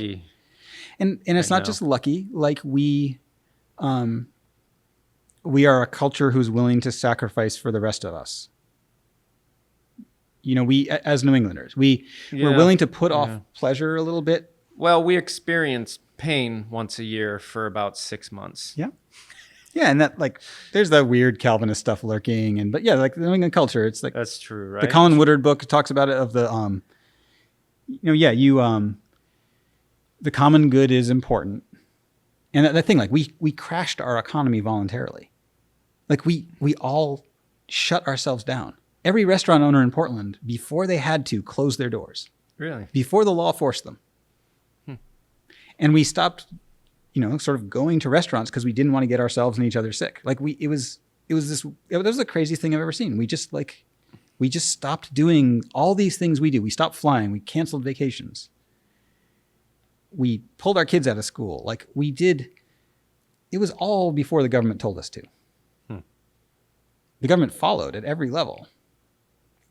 And so we had this summer where COVID wasn't raging all around. My son went to college and they've had, his little college has done 6,000 tests and has had 6 positives. They're all going to college. Like who thought anyone was going to pull that off as other colleges around the country are shut down in raging epidemics? Yeah. And Notre Dame, I know, got weird in some places. I mean, Maine's been incredible. And it's because I think we listened to science and we decided we wanted to take care of each other, and it was worth a little bit of sacrifice. Like, I don't know, the mask wars. Like, is this really so hard? This is the easiest goddamn thing we've tried to change in a while. Yeah. Like, honestly, that's an easy one. This is all we have to do? Really? Really? Well, I thought you were going to ask me to do something hard. So, but that aside, you asked me like, what's the hope is for 2021? I mean, my hope is that we can look back at this moment when we collectively made each other safe and did it voluntarily together as a group and go tackle a bunch of the other things we need to tackle. Like we did it. Right. Someone said, hey, this thing is coming. It's really bad. You need to do these couple things. And we're like, okay. So we've got, obviously, the scary, scary, scary long-term one of the climate change one of like, the ocean's going to rise up and beat the shit out of you and everything's going to catch on fire. Oh, okay. So if we do these 3 things, let's focus on that. And then we do 3 things like, we our perpetual ongoing multi-100-year vicious racism problem. Stop it. Just, hey, stop doing that. You knock that off. Knock that off. Okay. You mean, so a good chunk of your country will finally be able to go about at peace and go to their jobs without harassment and just relax? Like, what if a huge chunk of our country finally got to relax for once? How much better would we all be? Economically productive and like efficient and all that. Right. So it's like sexism in architecture, like knock it off. Now there's another one that. How about we just stop doing that? Especially in architecture. And I never saw it so much as when we did a video thing in England for New Forma. Yep. And it seemed more stark and prevalent there. Oh, wow. That's sad because it's really, really bad here. Yeah. And I'd never picked up on it here as much as I have a friend who's running a business and working in peripheral to architecture. Mm-hmm. And she was like, yeah, really bad. You'll try and get stuff done. It's super difficult. And, it's like a lot of my professional friends are female, and like the people I respect, like people I And when I'm out at conferences, I, often end up in like, all you have to do is listen to what they're saying. They kind of tell you it's a pretty big pain in the ass. It's just this friction on their lives every day. You're like, all right. Oh, I haven't been able to see that. Oh, right. Well, I wonder why. Yeah. Yeah. It's like you listen to what people are saying, they usually tell you. Architecture has a pretty vicious sexism problem, which means, of course, that its racism problem is even bigger. I mean, I remember starting out here in New England and having a friend that was working as an architect and thinking like, oh, we should bring him up. And then looking around and just thinking like, I don't know if he'd be comfortable being so just unique and in this area. I was praising Maine for us, sticking together and all that. But there's a woman in our office who said, she sort of like, it's been tough being in New England. Like in California, I had more respect on the job sites than I do in New England. Yeah. She said, I just felt like it was accepted that I was an architect and I knew what I was doing a little bit more there. And I have to fight for respect here. And she's someone who doesn't mind fighting for respect, but it's like, well, too bad you have to. Right. It'd be nice if you, can tell it was easier when she didn't have to. Well, Dave Chappelle has some kind of bit on it where it's like racism that's out in the open in the South is kind of like, all right, well, we know where we all stand. And then in the North, it's kind of like under the surface more, and it's harder to like, you find it later, and it's like, it's especially interesting for me because our group is now 9 of the 14 are identify as female. We're majority female now. And of course, the people with the name on the door aren't. People who control the whole show aren't. That's just, I'm not going to deny that or try to obscure that. But I don't know, that can change too. Like that's something that's under my control to fix, right? It's just been really interesting where it's like, is it snowballing? I don't know. Like I work in a heavily female workplace now. And it wasn't true for the first 5 years of our existence. It was a heavily male place. Now, anytime I work for small architecture firms, I'd say 90% of the time it's men. Mm-hmm. Anytime I work for a large firm that's marketing people, who are typically female. I think that, and this is why, I feel like it's important for me to talk about this because, I need to talk to other guys about our problem, to knock this shit off. I mean, and so I think there's some logic behind that. I think it's not very safe if you're female to go to someone's house and work in their house all day in a power dynamic where they employ you. And I think if you have the choice, if you're going to pick a business place where you're one of 30 and there's an HR department and they have a policy and there's other people around, which one do you feel just on a basic human level safer working late? Right. Than the sole practitioner who has no policy, who has no habits, I see what you're saying. and you are alone with them. Or maybe you're there with 2 other people and you're the only female. So I think there's just these basic calculation levels that they're honestly making a safer choice by working there. It's like, I seriously and again, the message of the guys, if I'm working late and there's other women in the office, I have to be, keep my shit. Don't be a fucking idiot. And not only that, you have to let them know that they're safe. You have to explicitly always, make sure, because it will only take, one thing and you've betrayed what you were really doing all along, Right. So it's a matter of it's like men need to shape up. This isn't a problem women created. Right. Women didn't create a separate system. So why are they the ones who have to fix it? Yeah, it's a really complex thing because it's undeniable that there are bell curve commonalities between the sexes. Mm-hmm. There's outliers that are, if we're going to be a individual rights society, that the outliers have to have the ability to be outliers, be safe, and succeed just as easily as the people who are within their bell curve doing the other thing. Right.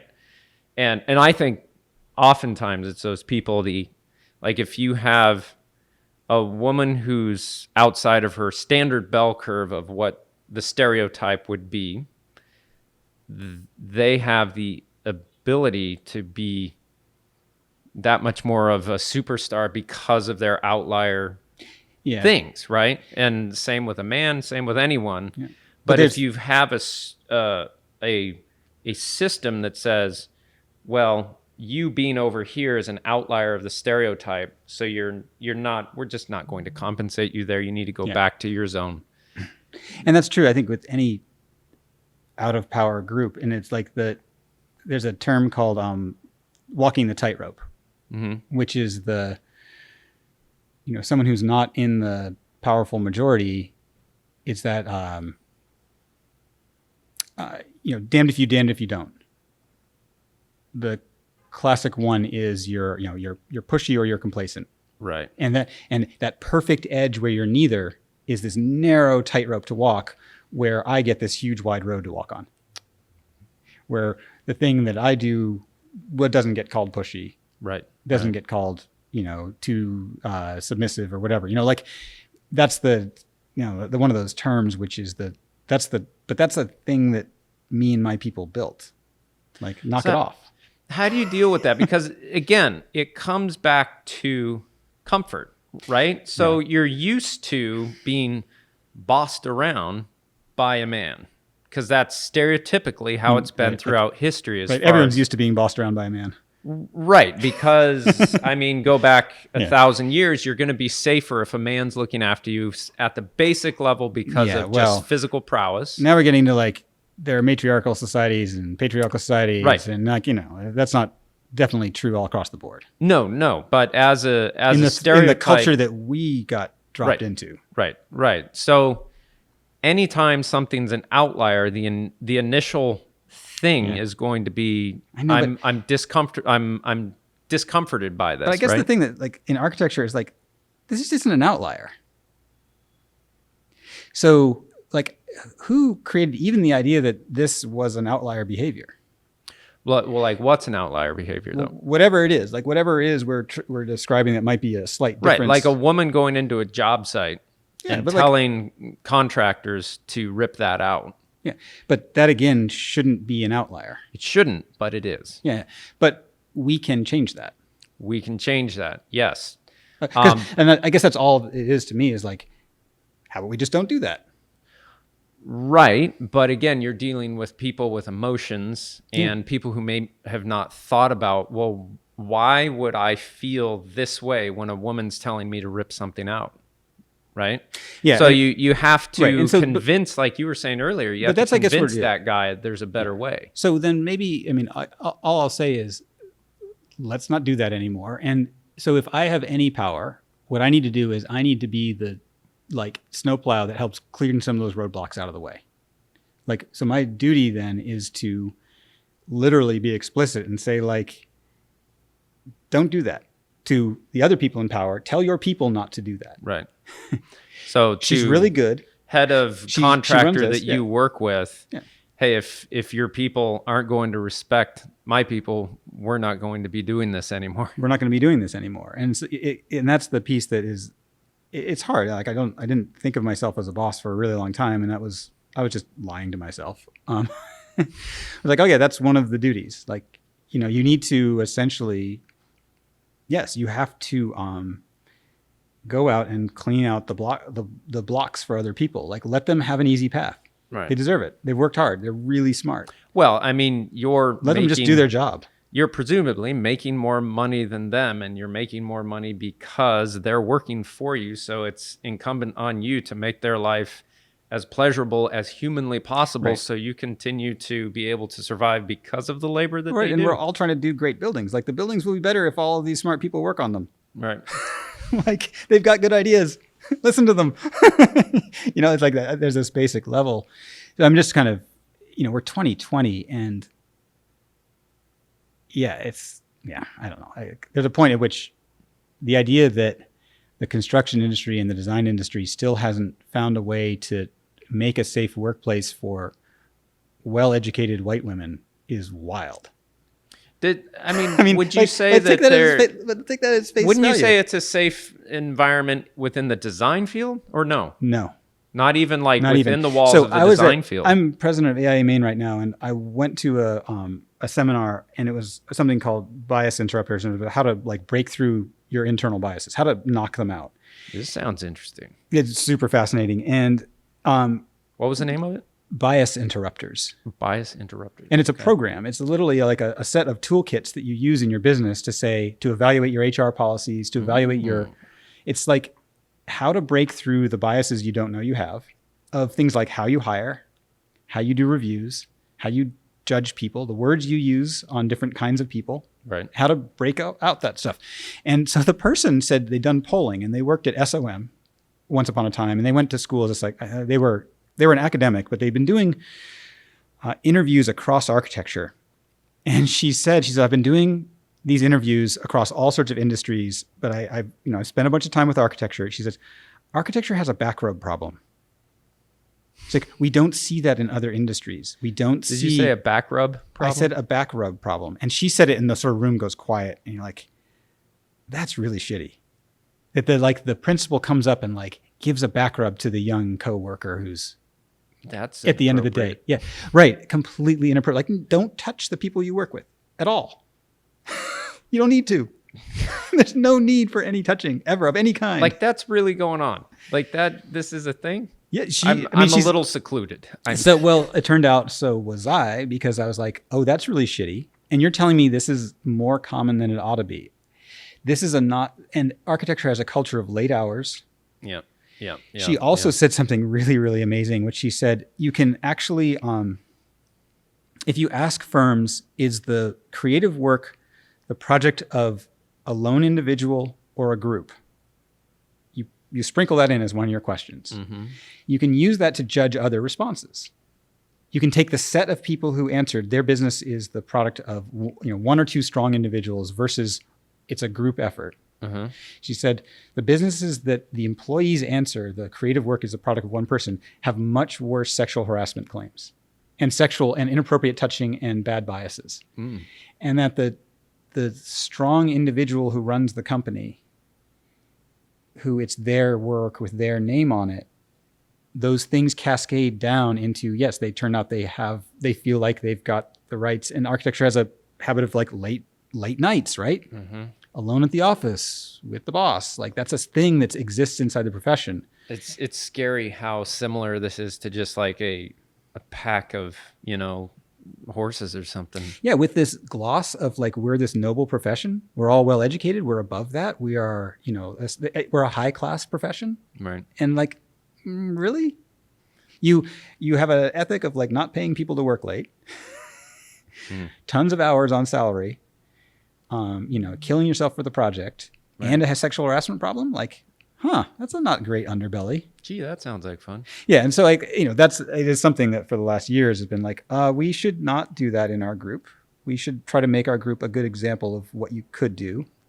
And it's really interesting when you get under the hood of what to do. One of the things is you have to allow your employees to answer anonymous questions about how good the workplace is. Very anonymous. Yeah.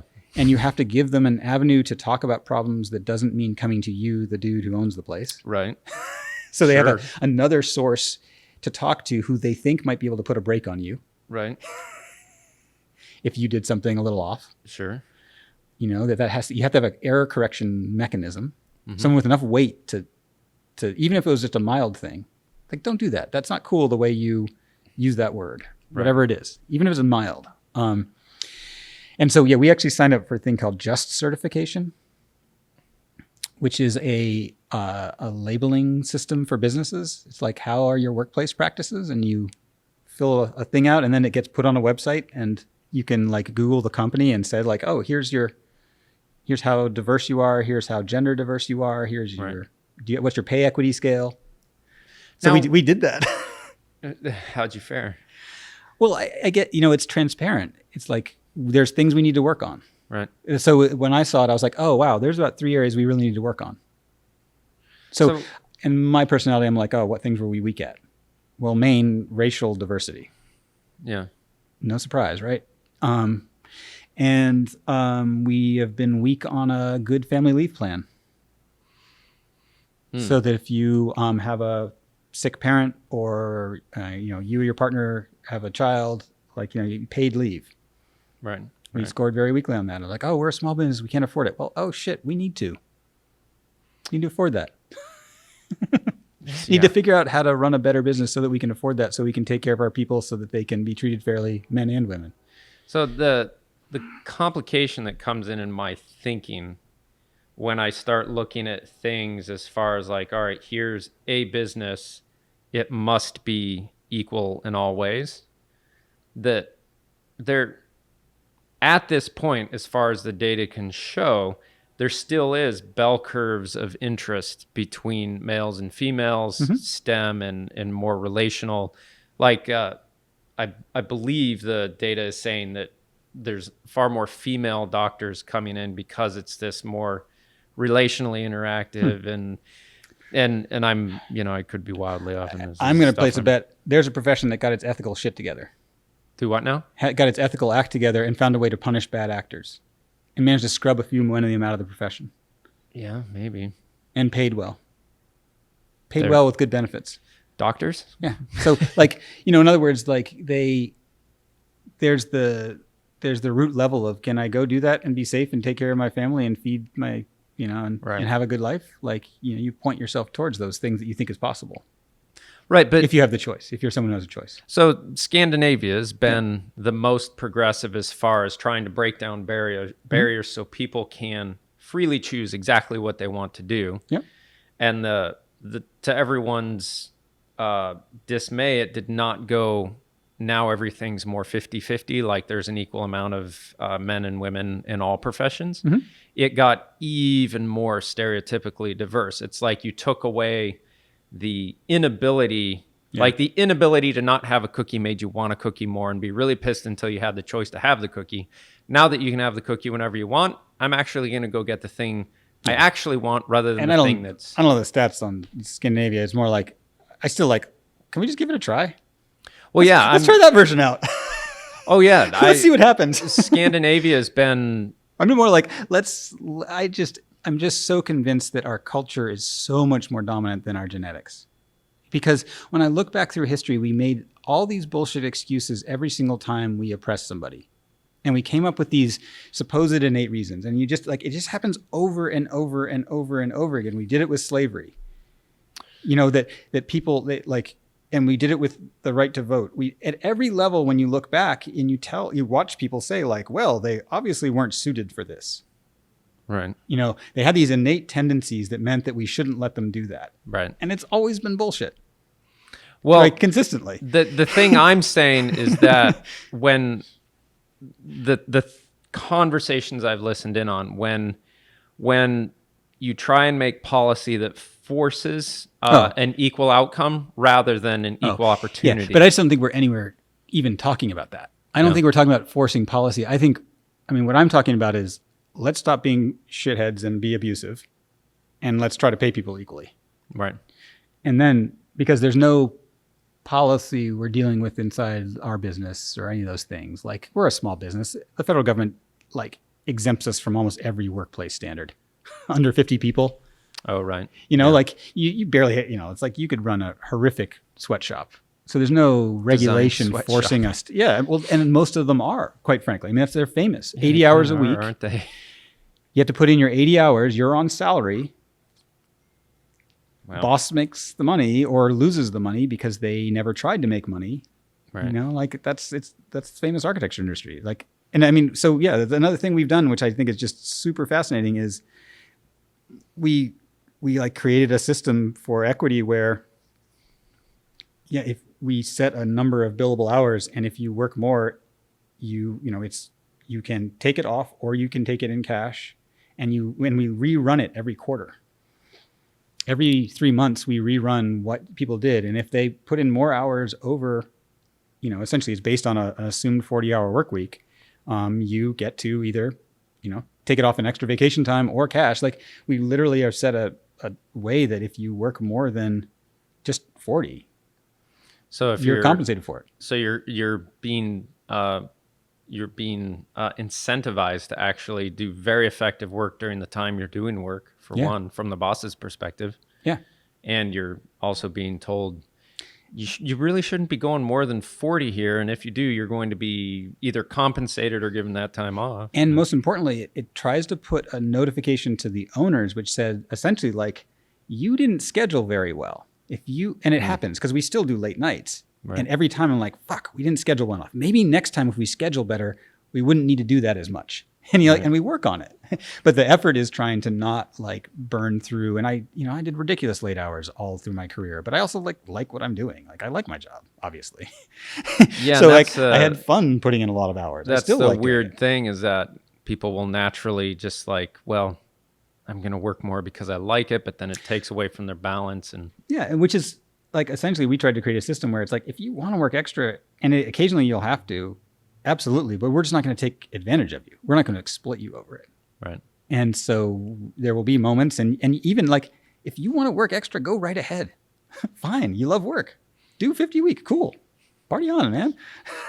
But thou shalt be compensated. Yeah, but you will be compensated. So that's like, it's just one of those measures that is like, you can kind of break through those stereotypes of architecture of like, the 80-hour sacrifice yourself for someone else. And it's a noble profession. You have to die for it. All those things, which is like, it's a business. Contractors don't act like that. Right.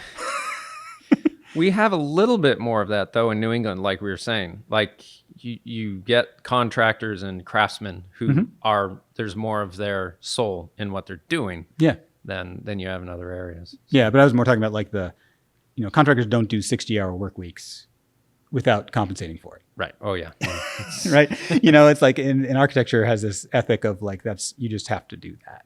Right. Right. So it's like, it turns out we could talk a long time about, and like, it's not like I'm ever going to claim we're some awesome, perfect workplace. It's just that we started with this thing of like, try to do it all well. I was like, all right, shit, we got to work on that too. All right. Oh, that's kind of cool. Like, all right. Look, when you do this better, everything else gets better. And because like, we obviously weren't doing it right in the old days when we were all just a bunch of dudes. We somehow weren't making it. We must have and through trial and error and trying to work at it, we've gradually gotten a little bit better at that. So it's like, it takes sustained effort. It's like, it's the same. I guess I go back to all these things are the same thing as good design and good aesthetics. No one thinks you'll get better at aesthetics without putting huge sustained effort into it. Well, you talk to old architects, they're like, oh yeah, it's been decades before I could get a handle on this. Right. The same thing is true about like the technical sides of building. Yes, it's going to take decades of sustained effort, and like running a humane business, decades of sustained effort. So like, better get started.